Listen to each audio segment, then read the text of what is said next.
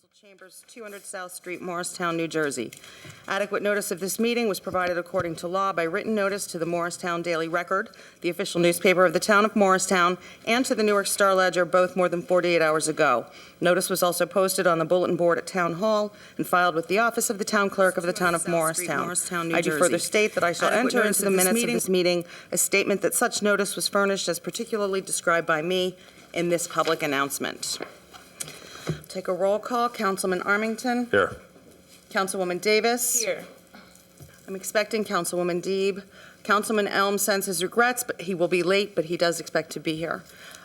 Councilman Iannacone. Here. Councilman Silva. Present. Council President Foster. Here. Madam President, you have a quorum. Thank you. At this time, I'd like to ask that we observe a moment of silence, please. Followed by the rise and stand for Pledge of Allegiance.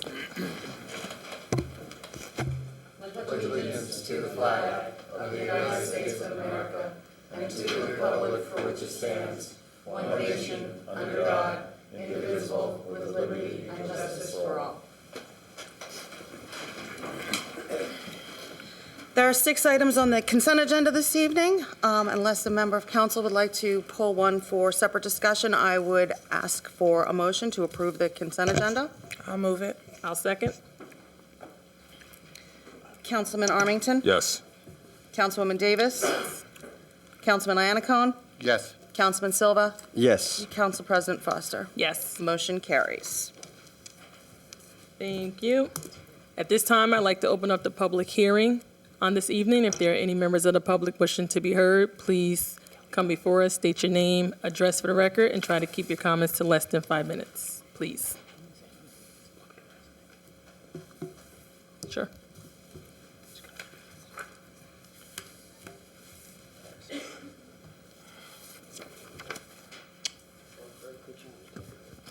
Good evening. I'm Connor Johnson, representing the Morristown PBA Local 43, and using the address of 200 South Street. I just wanted to announce that we are doing our 4th annual Fill a Cruiser food drive to benefit the Interfaith Food Pantry. It will be held at King's Supermarket Sunday, 11/24, from 9 to 4 p.m. We're accepting non-perishable food, monetary donations, and there will be a list of current needs available at the event, and everything can be purchased at the supermarket as well. All right, thank you very much. Good evening. Thank you. Thank you. The gentleman with his hand back on my right? Yes.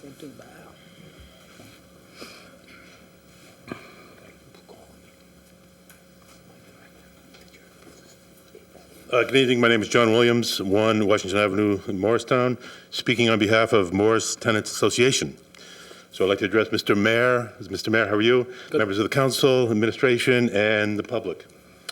So this past November 1 marked 3 years since we have seen mass non-compliance with Chapter 14 of the Code of the Town, that is the Rent Control Ordinance. I'd like to bring to your attention one specific section of Chapter 14, that would be paragraph 15, which is the backbone of the ordinance, a backbone without which the purpose and operation of the ordinance is rendered inert and non-functional. So further draw your attention to Chapter 14, paragraph 15, Part A, which reads, and I paraphrase, every unit of dwelling space covered by the chapter shall be individually registered by the landlord with the town on an annual basis. And that would be period, full stop. So in case anybody missed it, I'll read it again. Every unit of dwelling space covered by this chapter shall be individually registered by the landlord with the town on an annual basis. Period, full stop. So the plain English reading of the ordinance clearly indicates no conditions, none, which landlords are not required to annually register individual dwelling units with the town.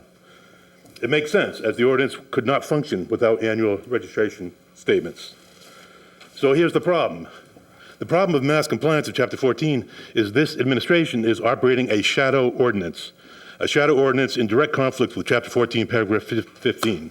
A shadow ordinance that actively and specifically informs landlords that they do not have to register individual dwelling units with the town on an annual basis. So here's the language used by the town in their shadow ordinance, and I paraphrase. Every rental unit must be registered with the town annually, or landlord loses any rent increase otherwise allowed. Now, it's true that a landlord cannot raise rent until they submit an annual registration statement, but not raising rent is not an excuse for not submitting the annual registration. Submission of annual registration statements is required under any conditions. So the town's shadow ordinance is a fine, I have to say the town's shadow ordinance is a fine bit of wordsmithing, but completely at odds with and contradicting a major chapter of the code of the town. So the question Morris Tennis asks of the mayor, the council, and the administration, is it right for the administration to operate a shadow ordinance in direct conflict with the code of the town? Thanks very much. Thank you.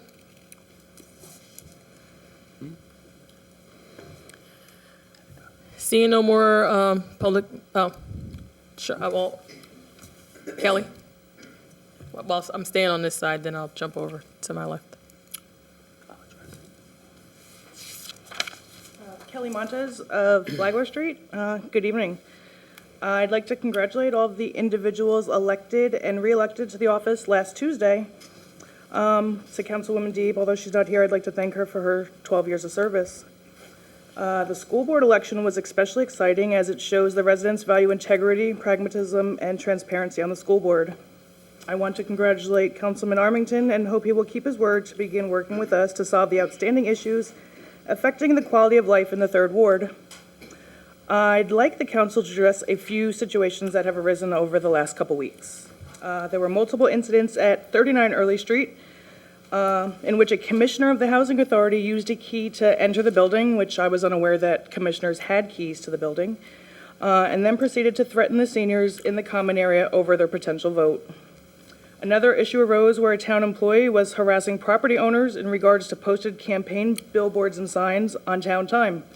One incident was in regards to Outfront Media's billboard located on the side of 159 Speedwell Avenue. The owner of that building was threatened with a $500 a day fine for electioneering unless the billboard depicting the independent candidate was taken down. This was proven by the Board of Election to be a false charge under statute 1934-6. This in turn prompted Outfront Media's legal department to ensure the property owner was above board and legal as the property owner was threatening to revoke their lease. There is a follow-up I would appreciate an answer on is the current status of statute Title 40A 16-3 addressing absent council member and whether the council will take this up and consider enacting an ordinance to provide a lower threshold of absences. Unfortunately, these issues are lending themselves to a pattern of unethical behavior from appointed commissioners, town employees, and elected officials. I hope the administration will begin to root this out and reassure the residents that our local government operates and adheres to the highest ethical standards. Thank you. I'm sorry, can you repeat the comment about the commissioner? Did you say a commissioner used the key to enter a building? Correct. And that was when? On Sunday the 3rd. Do you know the name of the commissioner? That would be the chairwoman Denman.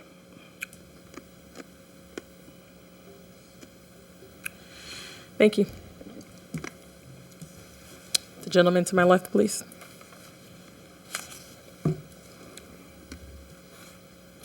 Good evening. My name is Richard Ray. I live at 30 Norwood Road in Morristown. At the October 22nd meeting, my neighbor, Mr. Zavaleta, came to the meeting with a petition to petition the administration to clean up a space at the end of his road there, Crestwood Road, between Crestwood and Dogwood. We also, by note, asked the council to consider making that a pocket park. That was a secondary consideration.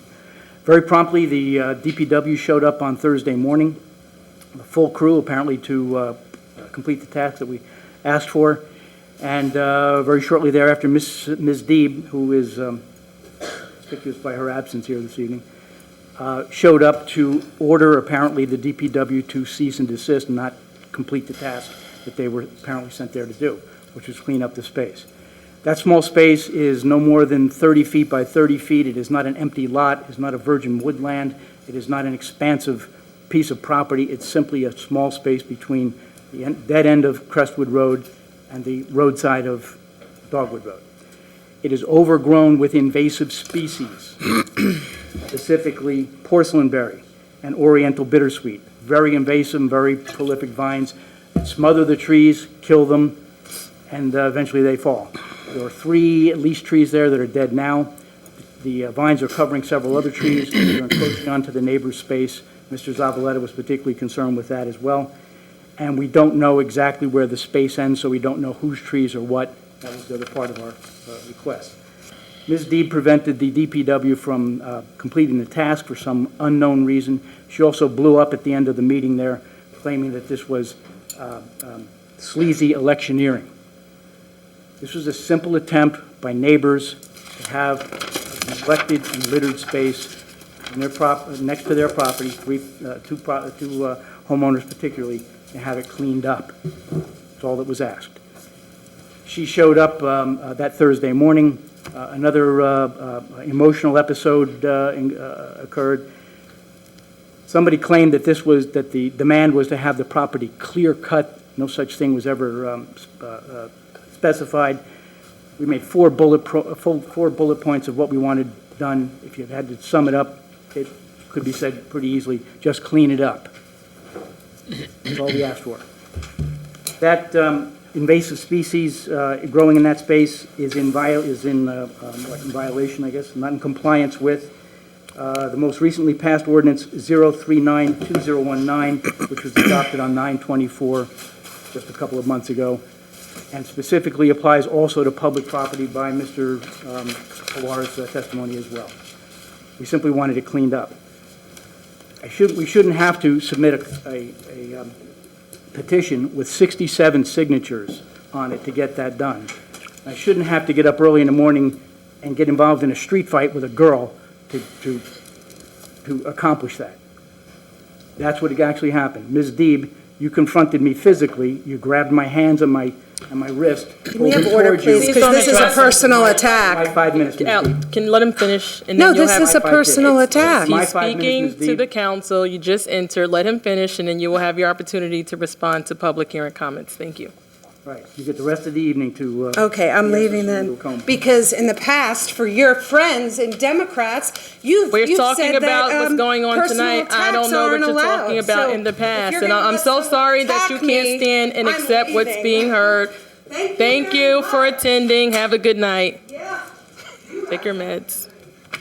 So that would be, I think, either the fourth or fifth emotional outburst from Ms. Deeb that I've experienced in my dealings with her. The one on that Thursday morning was physical. By any other construct, that would be an assault by a public official on a resident of the town.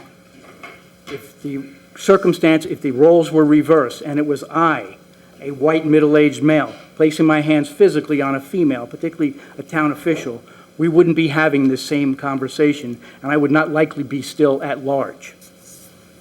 That's what happened that day.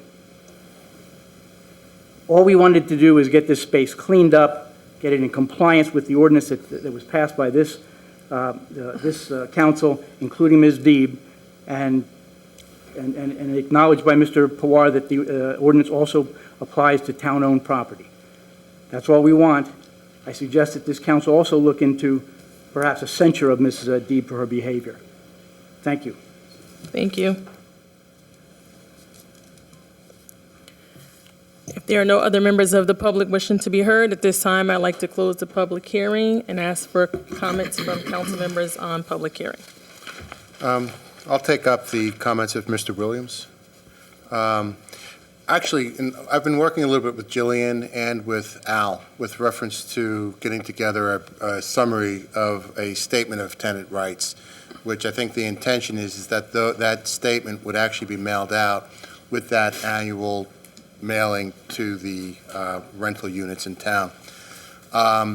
So the efficiency, I think what Mr. Williams is bringing up is a concern about the efficiency, whether or not those statements are actually going out, and are they going out in a timely fashion. I'll leave that to you guys, and to address. But one of the things I think we're taking a good step in is actually giving contact numbers to the tenants, so that tenants know where to call if they have any issues. And the second issue is actually an abbreviated version of the Statement of Tenants' Rights, which is available currently on the town website, but not necessarily very accessible. But what it will be is a statement of rights with some contact numbers. And Jillian, correct me if I'm wrong, but I think the intention is to send that out with the annual statement? Yes, that's correct. I don't know, you may want to add to that, or... Well, you're pretty pretty much covered the intent.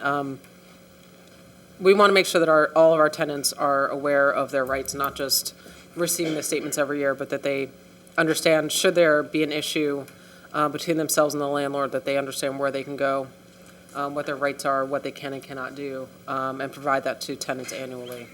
So that process has already been put in place, and we'll continue with the renewals. We're also in the process of making sure that document's available in Spanish as well, so that all of our tenants have access to that information, whether their primary language is English or Spanish. And the second part of that question that he had was actually the efficiency of the process, the completeness of the process. You can maybe report out on that at a later meeting. Sure. If you'd like. So what is the response to what he stated about a contradiction?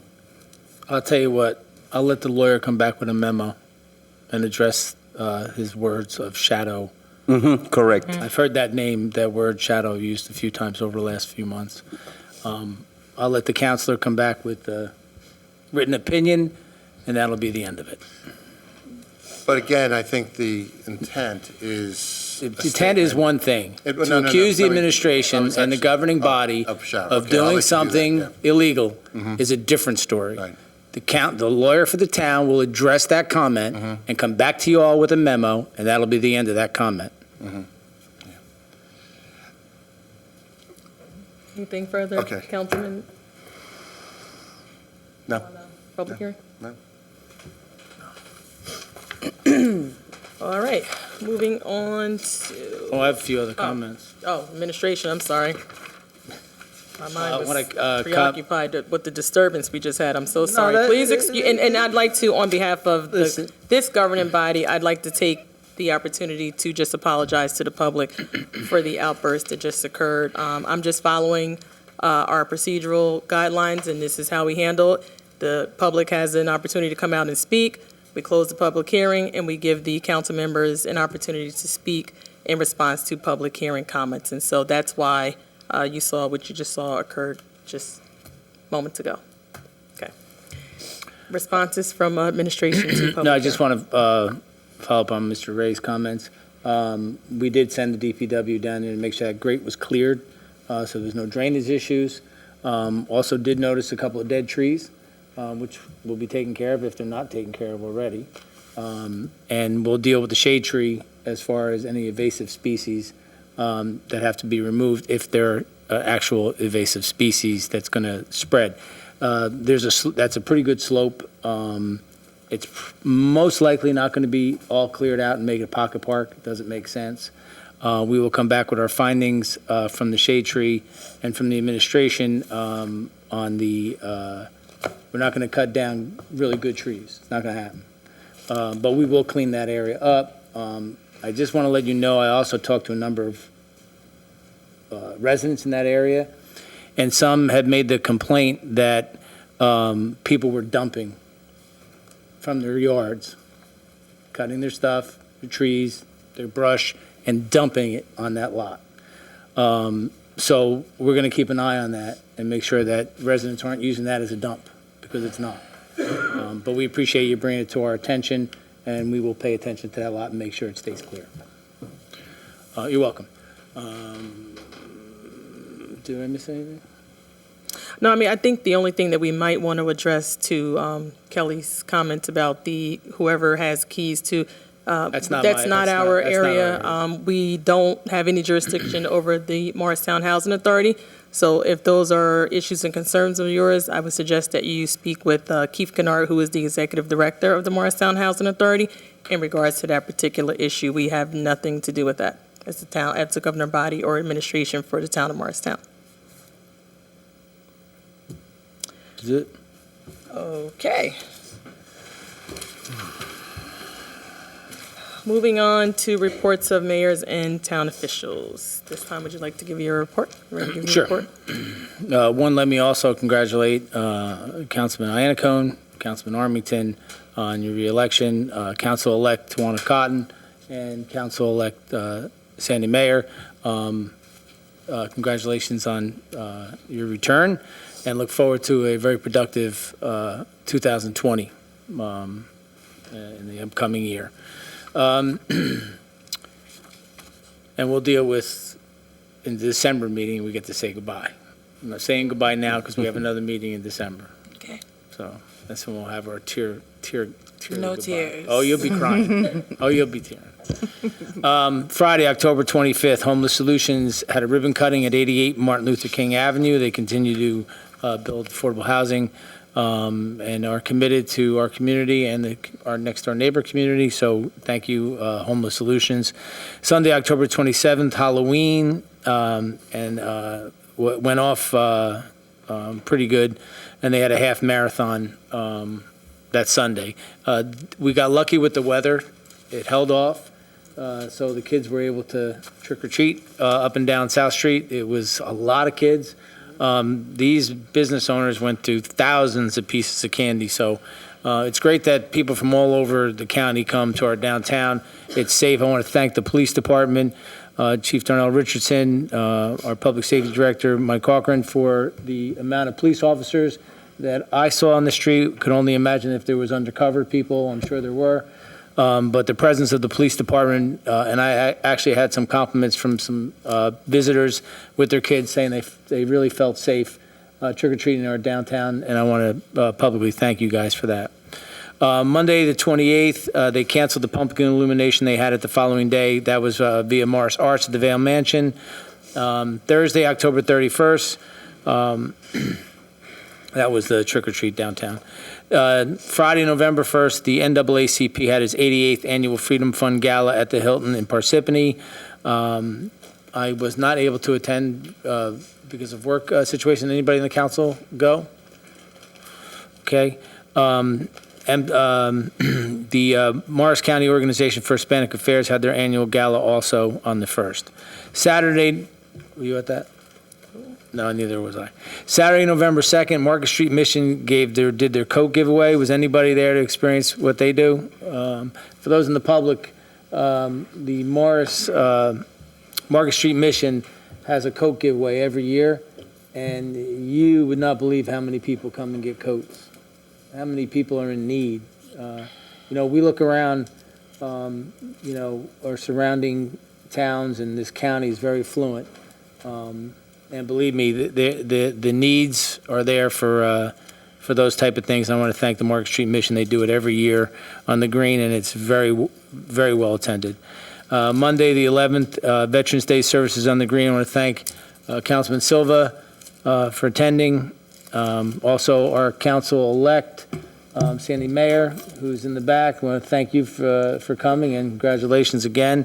And thank you for showing up at the Veterans Services on the Green. And November 13th, which is tomorrow, for those who want to join me, there's a Census 2020 stakeholders meeting in the Senior Center. It's an important issue. Everybody needs to be counted. It's funding. It goes a lot with federal and state. And that's a very important thing. So anybody's available at 7 p.m. in the Senior Center. Thursday, there's a half day for Thanksgiving. Employees have to come to work a half day? No? Town Hall is closed on the 29th and the 28th and 29th. So they get 2 days, 2 Thanksgiving days. So they're off both days. Town Hall is closed both those days, 28th, 29th. So make arrangements if you need something from Town Hall, taxes, et cetera, construction permits. Make sure you get them before the 28th. Tuesday, November 26th, and the reason why I'm going into the later November is because there's only one meeting in November and there's one meeting in December. Tuesday, November 26th, we will have 9 to 4 budget hearings. We're at that cycle again, budget. So that's the 26th, Tuesday. Sunday, December 1st, Santa Claus arrives and lighting of the green. Tuesday, December 3rd, if anybody's available, join me at the Hyatt tree lighting at 6 o'clock, and then off to the council meeting after. If you so Wait, what was like it to. again? That's December 3rd, the Hyatt lights their tree, and then they have a council meeting same night right after. At what time? 6. 6 at the Hyatt, 7 here. Counselor, would it be a good time for me now to let the council know of an amendment I want on? Or wait until it comes up? Okay. That's it? Thank you, Mayor. All right, at this time, we're going to have a presentation of signage for New Jersey Smoke-Free Air Act. Tracy Storms, I don't know how to pronounce the last name, with Youth Tobacco Action Group members. Well, that's the first time since I was going through. Good evening, and thank you very much for letting us be here tonight. My name is Tracy Storms Mizuko. I'm the Northern Regional Coordinator for Youth Tobacco Action Group, Incorruptible Us, and that is a program of Tobacco Free for a Healthy New Jersey.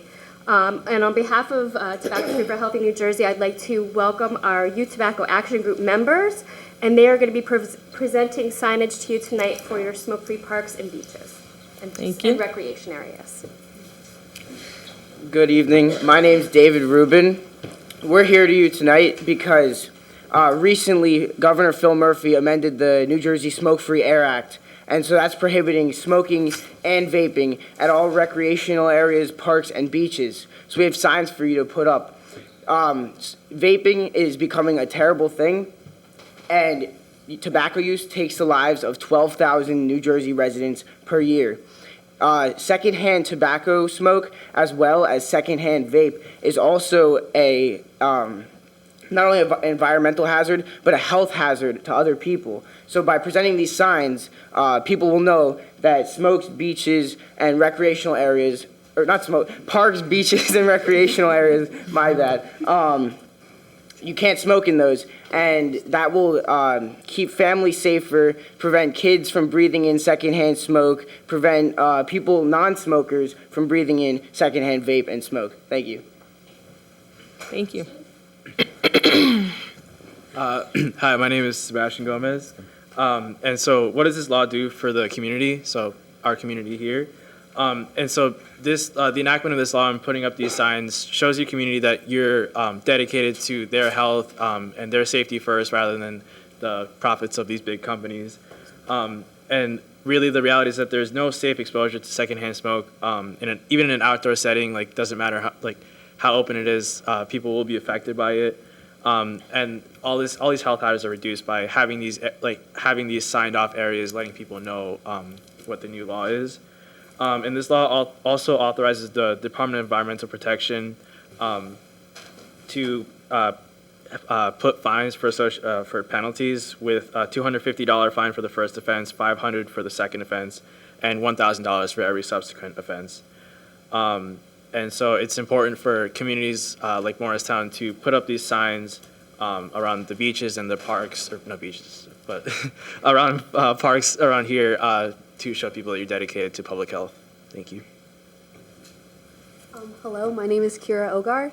As a member representing Incorporeal Us, also known as YTAG, we are pleased to present with you the smoke-free signage for your municipality. We appreciate the chance to work together with you guys and in making our beaches, parks, and recreational places safer to breathe. Thank you. Thank you. We have these signage, and I'm leaving extra. If you happen not to need it, just feel free to contact me, and I'll come take it. I do have a question. Yes, absolutely. So this falls under a statewide, all recreation parks? Yes. Not state, every municipal, county, and state? Public park, recreation, and beach area in the state of New Jersey as of January has become smoke and vape free. Okay, terrific.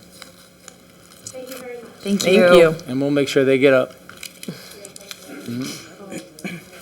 And here we also have some information about vaping. Yeah. Thank you. Thank you. Appreciate your time and your efforts.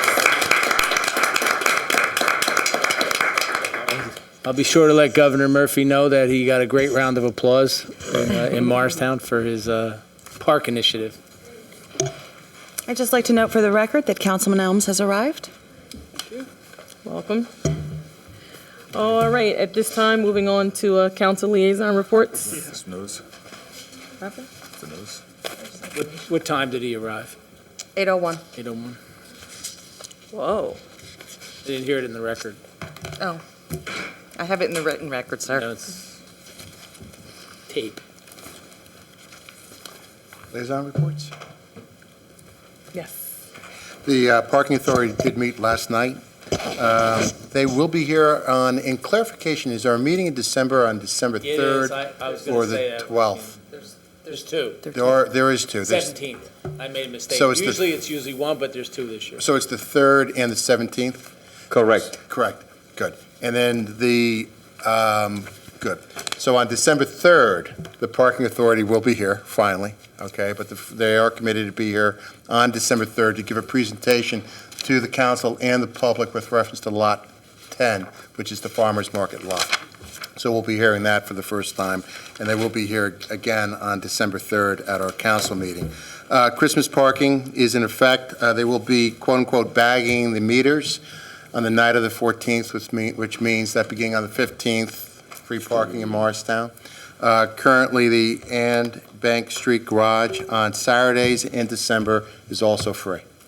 Okay, they wanted me to announce that. One of the interesting things that was discussed at the meeting that I'll just call to everybody's attention was there was a request with reference to parking in one of the parking lots with reference to help ease with congestion in parking, residential parking on one of our streets in town. And it was actually a good issue that came up, and I think it's something that we're probably going to be hearing more of as we work between developers and with the parking authority, where how do we use our own parking resources with the MPA to help ease some of the parking congestion on our residential streets. So it was a very good, interesting email. It was addressed by the MPA at that meeting, and it was an interesting new topic. You know, how can the MPA help ease the congestion on some of the streets with residential parking where they could use some help. So that's it. Thank you, Councilman. Any other council liaison reports? Any calendar of events council members would like to make the public aware of? All right, moving on to regular business. There is one ordinance this evening being... Oh, sorry, what, did you want to? Well, the Morristown Partnership meeting is tomorrow morning at 8 a.m. And I know that, there was a whole bunch of events forthcoming for the holidays, but I don't have them in front of me. I mentioned them all. Oh, you did? Perfect. Thank you. Okay, moving on to regular business. Okay. Ordinance O-41-2019 is being reintroduced this evening. An ordinance amending and supplementing Chapter 30, Land Development Ordinance, to enact a new section regulating and establishing certain requirements for short-term rentals in the town of Morristown. I'll move it. I'll second. Okay. Oh, they were fast. Councilman Armington? Yes. Councilwoman Davis? Yes. Councilman Elms? Yes. Councilman Iannacone? Yes. Councilman Silva? Yes. And Council President Foster. Yes. All right, at this time of... Any comments and questions? Questions from council members on this introduction? No, I reviewed it, and there was one item which posed potential concerns referencing leases, which has been stricken. So now it's clear that the proposed short-term rentals specifically does not apply to, or is not permitted in single-family residential units that are, and everyone else has to be owner-occupied. That was confusing, sorry. I was like, what? So, Okay, thank you. Ordinance O-41-2019 has been properly... Wait, I have a comment, if I may. Sure. I'd like the council to consider an amendment to that ordinance. The word owner occupied is good, but it doesn't really make it that owner has to be there for rentals. And I'll give you an example. You can have be owner occupied, 3-4 family, spend 5 months in Florida and still be owner occupied. But yet you're not on site to watch what goes on. That I think that I would like if the council would consider making it a little more stricter and making sure that that owner has to be on site, bless you, has to be on site for that rental. So there's oversight at all times when they're renting a short-term rental. I actually think the mayor's bringing up a good point, because actually the intent of the language was just that, Mayor, and I think it's good clarification. So if I might can I amend my motion? Or what I'd like to do is introduce it with the amendment that the mayor's proposing, that owner occupied means that the owner is actually on the premises during the time of the rental. A second? Okay, do I have to do another roll call for that, Paige? Or no? Okay. Okay, thank you. Ordinance, Sorry, can I just get just for the record, so I'm assuming that is not a material change, so that doesn't have to be renoticed? Correct. Well, this is an introduction. Okay, all right, thank you. But the only, I looked at D3, and that's where we can add that the owner occupied at the time of the rental. Yeah. I think that would satisfy it. There is another paragraph, N, which talks about responsible parties designating an in-town emergency contact when they're not available. So do we want to strike that? Which, So, Counselor, can I go back and ask a question? sure. You mentioned that in the paragraph, are you saying that that paragraph where it says the owner occupied has to be present for the rental satisfies the criteria for being on site for the rental? No, I think he was just saying that that's the one paragraph that refers to owner occupied, so we could add the additional Is that language what that you you're add? looking That for That's where we would add in it that at the time of section. the rental. Okay. Which one is that? D3. So do we still want to allow responsible parties the ability to I guess the question that I have is, you know, if you're renting a short-term rental and you have a day job, are you not allowed to leave? No. So in that case, you would need to designate a responsible party that could oversee in the event that something happened when you were gone for that 8-hour period. So we're not changing the definition of responsible party. Right. The responsible party is still the owner Right. or a property manager. Okay. But what we are changing is that if you are in a multifamily property and you're renting one of the units, Right. it has to be owner occupied at the time. Okay. It has to be occupied by the owner Okay. at the time of the rental. Right. Okay. But to my point, the only thing is, are we going to change if they are not in town? We have language in here about designating a emergency contact person. So that would imply that they will not be in town at the time of the rental. So we would have to remove that.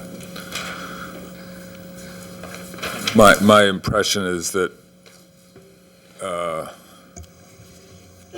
it's similar to the working environment. You know, if I want to rent an apartment but I also want to go away for a weekend, or I want to go on vacation for a week, I'm allowed to do that and designate a property manager. I'm still living there, you know, whatever, you know. I'm not sure how that I guess the real question jives with the real question I think Stefan's bringing up, and I'll put it to you guys. Do you think that the fact that again, we're talking about 60 days a year out of 365 days a year, and we're talking an instance where you do have to designate somebody who's going to be responsible. I think the intent of the language was that one of the units in the building was going to be the owner-occupied unit, and that's not the unit being rented. Okay, that's the intent of the language. What the mayor is asking us to consider is the possibility of the person having to be on site rather than a designee. So I think what Stefan's trying to pointing out is that the designation of the person should be sufficient. Well, as written. And that's fine, but I think what your point was, that it has to be occupied. The owner has to occupy one of the units when they're actually renting. So I agree with you, we'll leave we're not going to change anything else except adding to D3. Just so you're aware, there are interested residents that are meeting with, you know the date?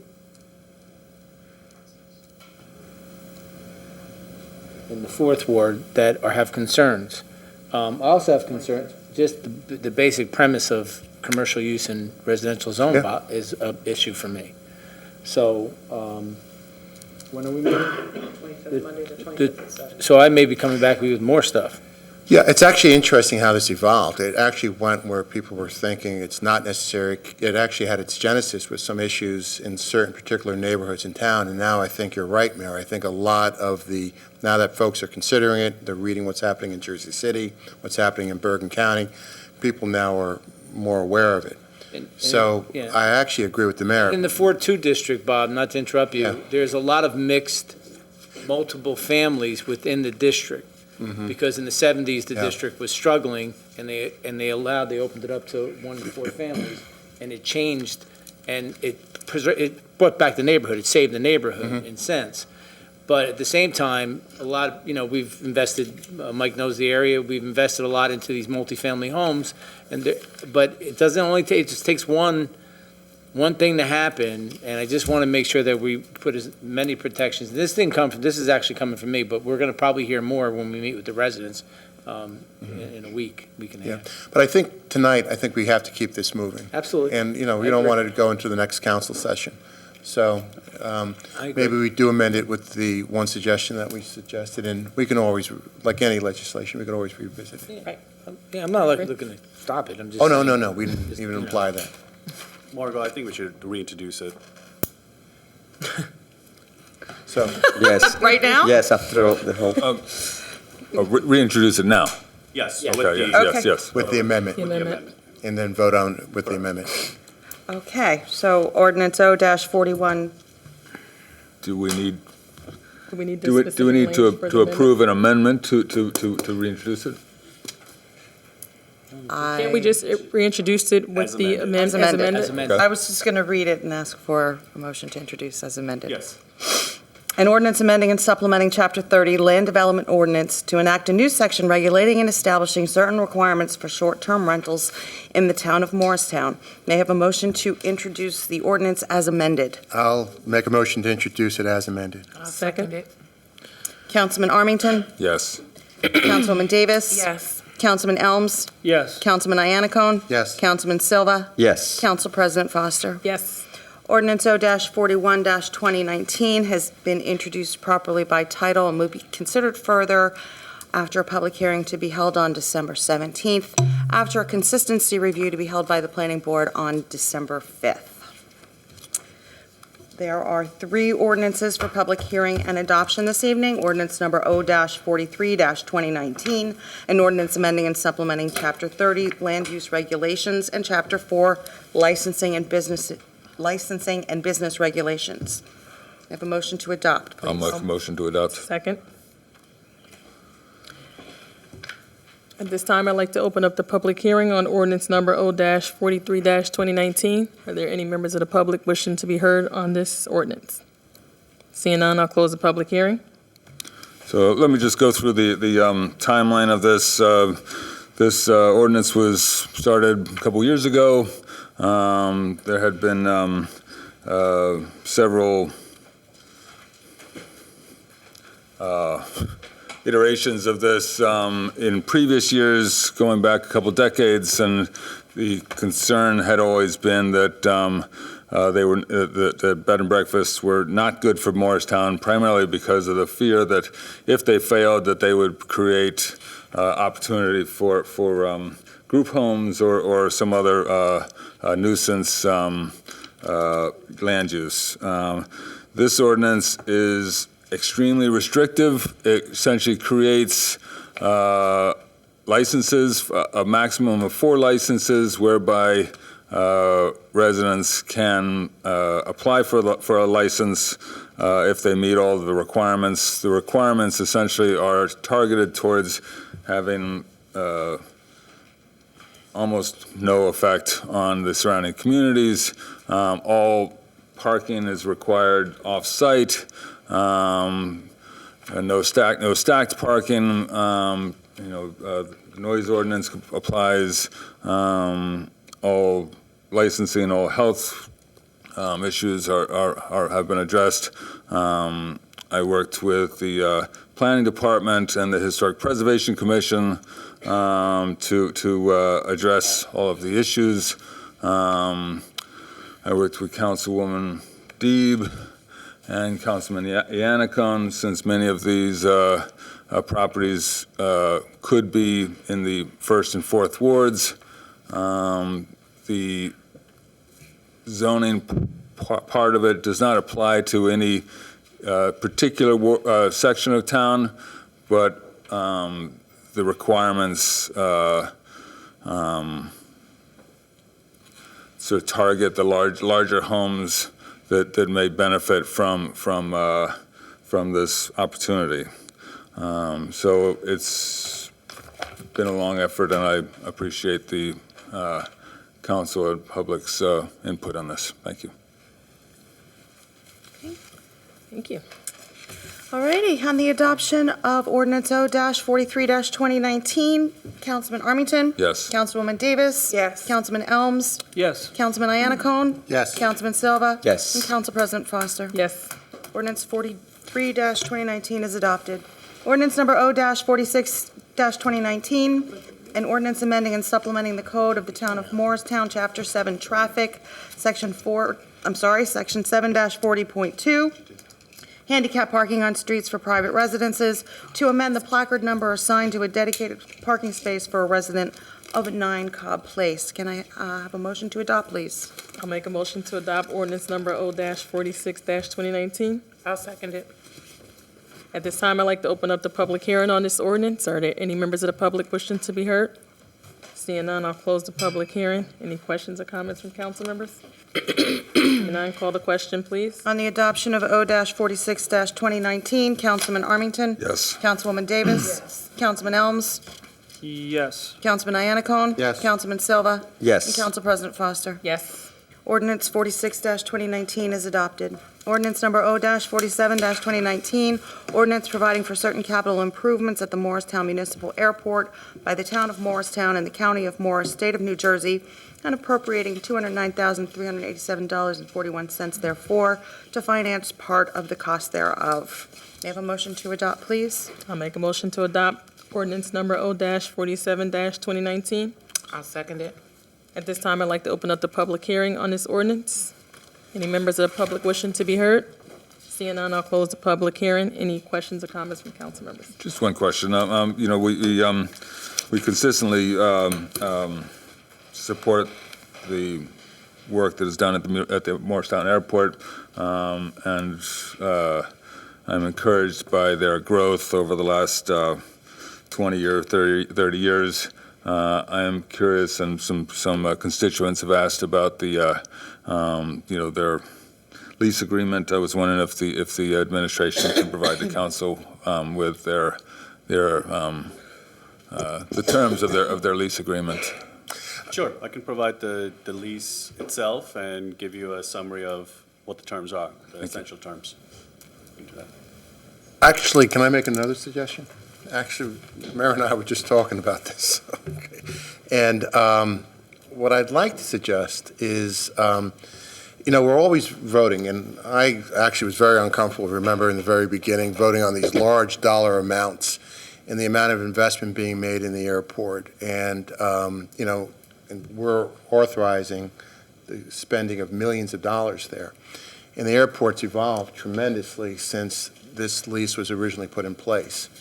Can I suggest, rather than just reviewing the lease and talking, that we actually put a group together, maybe to take a look at the lease and understand it and understand the history behind it, because it is such the investment being made in that airport is tremendous. And I always feel a little bit uncomfortable. I've always been a little bit uncomfortable about voting on a lot of these large dollar resolutions without a full understanding of the whole structure, which was done before I think anybody in this administration or anybody on this council was here. Yeah. It was actually done before all of us, This is actually a small one. you know? Yeah, This is a small a one. small one, Yeah. yeah. So maybe we can put together a small group to do that. Sure. Well, just let you know that we have looked at it. I know you have. For a couple of years, we went back and forth, and I even as a councilman, I got heavily into it with a law firm, and Port Authority played a role, if I remember.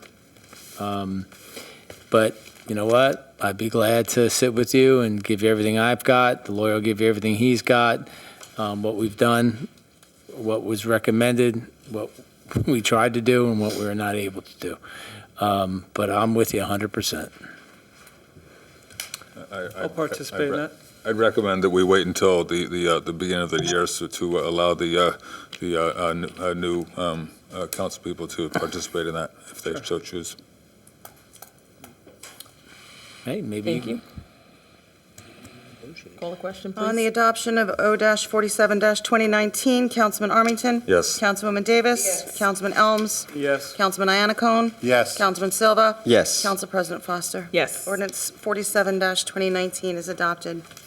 There are 10 resolutions for adoption on the agenda. Unless the member of council would like to pull one or more for separate consideration, I would ask for a motion to adopt resolutions R-164-2019 through R-173-2019 en masse. I'd like to pull 164 and 165, please. Any others? 173, please.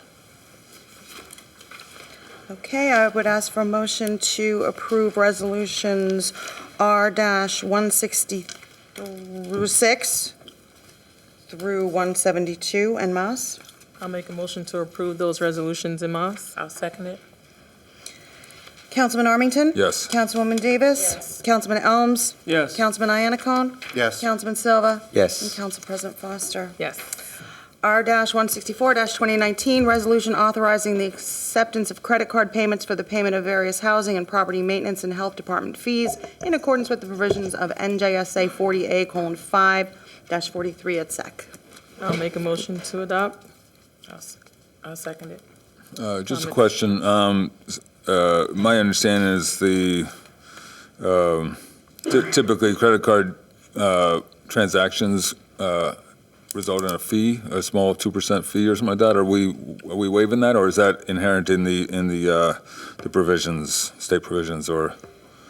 That's already incorporated into the provisions. This simply adds the additional usage. Okay. State statute requires that we specify exactly what we're taking credit card payments for. Okay. So this expands the type of payments that we're taking credit cards for. Okay. You may recall, we added electronic online payments for pet licensing. Right. And the health department as a pilot, and we're expanding that beyond pet licensing to include retail food, temporary food licenses, and other types of licenses in the health department, as well as certificates of habitability, re-inspections of vacant property, registration fees, and property maintenance. We're really trying to automate a lot, as much as property maintenance as we possibly can. I think it's great. Thank you. On the adoption of R-164-2019, Councilman Armington? Yes. Councilwoman Davis? Yes. Councilman Elms? Yes. Councilman Iannacone? Yes. Councilman Silva? Yes. Council President Foster? Yes. Resolution is adopted. R-165-2019, a resolution rejecting all bids for hydro raking at Foots Pond. I'll make a motion to adopt resolution number R-165-2019. I'll second. Comments from council members?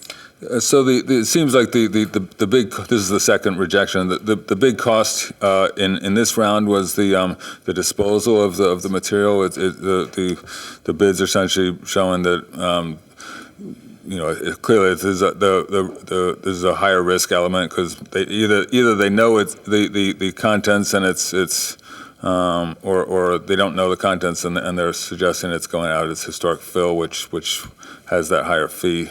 Right. And that's exactly the challenge in trying to structure a bid like this for this type of waste. Right. And now that the bids are being rejected twice, assuming that you pass the resolution, we'll be able to negotiate directly with a vendor Okay. and get more specific into what exactly that they're doing and structure something that fits within the budget that we have allocated to begin the hydro raking process. Okay, thank you. Thank you. So I have a question about the runoff that we see going into Foots Pond.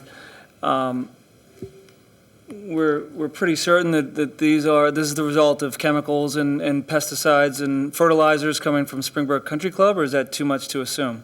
I think it's way too much to assume. Yeah, Okay. comes from roadway. Oh, From coming above. down from 202. Sure, absolutely, a lot of it. Okay. Call the question, On the please. adoption of Resolution R-165-2019, Councilman Armington. Yes. Councilwoman Davis. Yes. Councilman Elms. Yes. Councilman Iannacone. Yes. Councilman Silva. Yes. Council President Foster. Yes. Resolution is adopted. R-173-2019, resolution requesting approval for the insertion of a special item of revenue in the 2019 budget pursuant to NJS 48:4-87 Bulletproof Vest Grant. I'll move it. Second? I just wasn't reading my notes quick enough, to be honest with you, because I answered my own question. My question was the balance is actually budgeted, correct, Jillian? Yes. Yes. Okay, so this is something we had, in fact, I'll point it out, I think we actually budgeted for the full amount, and you actually went out and you got a grant Yes. to cover half the cost, which is great. We're so efficient. On the adoption of R-173-2019, Councilman Armington. Yes. Councilwoman Davis. Councilman Elms. Yes. Councilman Iannacone. Yes. Councilman Silva. Yes. Council President Foster. Yes. Motion carries, resolution is adopted.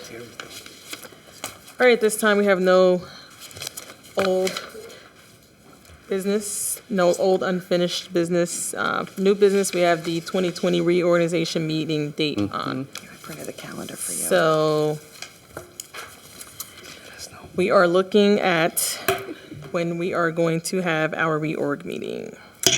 The regular meeting dates for January would be The 14th. the 14th and the 28th. We usually do it early, like the first or the second week. First Tuesday. First Tuesday. Which would be the So that 7th. would be the Seventh. 7th. On or before the 7th. All right. Council members in agreement with the reorg meeting on the 7th? Sure. January? So it will be the 7th and the 21st, the two meetings, or? Well, yeah, we'll have our regular meetings. We're just trying to schedule when we're going to do the reorg at the, Oh, this will be additional to the regular meetings? Okay. Busy Just January. making sure, I know. Okay? You set that at the reorg. So you haven't Yes. set the agenda, the dates yet for the meeting, for next year. That'll be done at the reorg. the reorg. Right, They're established, but they're not adopted. right. So you don't have to have 3 meetings in January Right. to answer your question. Typically we would. Okay, thank you. No, actually, typically we only have two. Just like typically in December, we only have one. It just fall, right? Am I right? Yeah. We've always had one. I think the What- council what- president ends up canceling the last meeting. But Since, Jillian said you can't. since the recommendation I would make is that we leave it to administration based on their assumptions as to the workload. You know, we'll you know, we can tentatively schedule the 14th and the 28th, and if they think that we can do it all in the 7th and the 28th, then we'll do it that. And then the regular meetings after that. Sounds good to me. Okay. Yes. All right, at this time, Can I ask one question?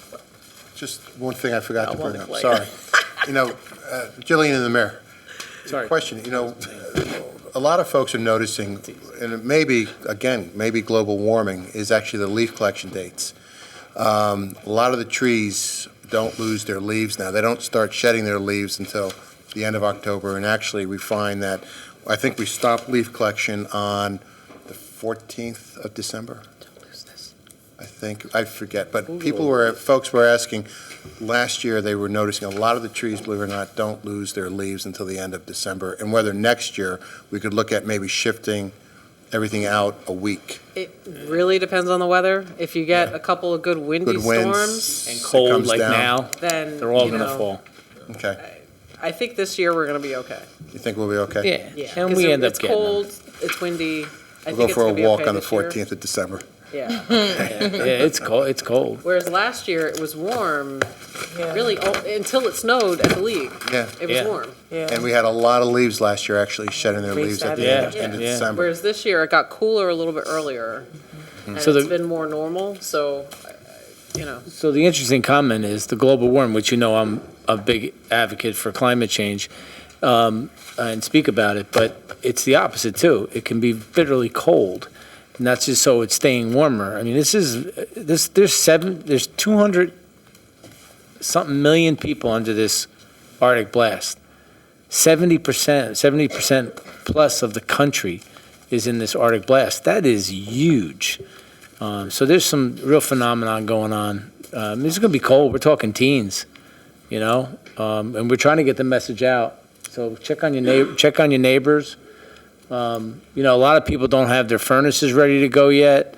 You know, they don't. You know, a lot of different stuff. So we're getting the message out. But you guys in the news and the cable and the TV and neighbors, tell your neighbors it's going to get cold for the next few days. So. But back to your original comment, you know, if we do have to adjust leaf schedule, I think last year we extended leaf collection a little bit. Did we? Yeah, we did. So if we need to, we'll adjust it, but I'm hoping and praying this year will be. I saw a whole street, all the leaves taken up, big piles everywhere. 2 days later, I go down, there's 2 houses that didn't do their leaves. They have 2 giant piles on the street. So, you know, they constantly got to go back and, you know, we always get, it's a great benefit to the community. People love getting, you know, the fact that we pick up their leaves. A lot of communities don't. A lot of communities make people bag them and, you know, they get I'm X amount of negligent. bags. What? I haven't picked up one leaf yet, but I guess I better get busy before I miss the next collection. And only rakes, can't use blowers, you gotta use rakes. You have to do physical work, right, Stefan? It's a no for me. No pressure. Battery powered. All right, if there are no other comments from council members, I'd like to ask for a motion to adjourn. Motion to adjourn. All in favor? How many days I have to veto that B&B? 10 days.